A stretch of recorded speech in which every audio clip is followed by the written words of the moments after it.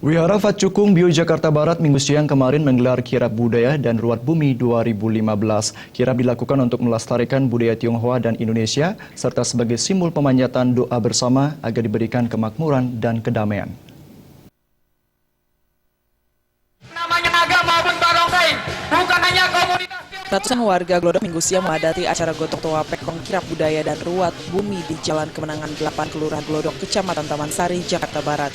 Pelaksanaan acara kirab budaya dan ruat bumi pada Syahid YM Kongco Fat Cukung 2015 bertujuan untuk melestarikan budaya Tionghoa dan berbagai budaya yang ada di Indonesia, serta sebagai simbol pemanjatan doa bersama agar diberikan kemakmuran dan kedamaian. Dalam acara ini sekitar 90 peserta perwakilan tempat ibadah Tridharma se-Indonesia ikut serta, seperti dari Jabodetabek, Bojonegoro, Cikelang, Palembang, Cilacap, Karawang, dan juga dari Bali.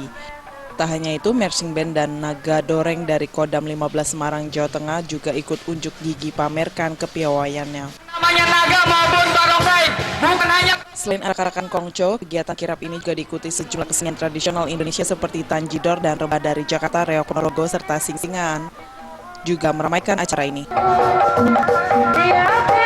Dalam kesempatan ini, Wali Kota Jakarta Barat, Anas Effendi, yang mewakili Gubernur DKI Jakarta Basuki Cahayapurnama atau Ahok, menyampaikan apresiasinya.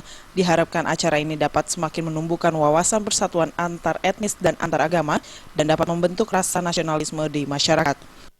Mencerminkan kebinekaan Indonesia yang perlu dipelihara dan dilestarikan, mempererat hubungan kekeluargaan, memperkenalkan dan meningkatkan apresiasi masyarakat terhadap budaya tradisional Cina, meningkatkan peran pembauran.